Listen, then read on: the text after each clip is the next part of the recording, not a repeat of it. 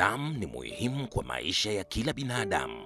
Ni nguvu ya uhai inayozunguka kwenye mishipa yetu, na wakati fulani katika maisha ya mtu yeyote, bila kujali umri, jinsi na mahali alipo, anaweza kuhitaji kuongezewa damu ili kuokoa maisha yake.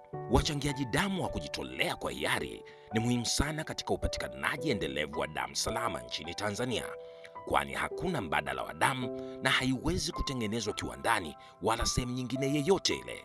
Chupa zote za damu zinazotumika ili kuokoa maisha zinatoka kwa wachangiaji kama wewe. Chupa moja ya damu inaweza kuokoa maisha ya watu hadi 3. Usisite kuokoa maisha.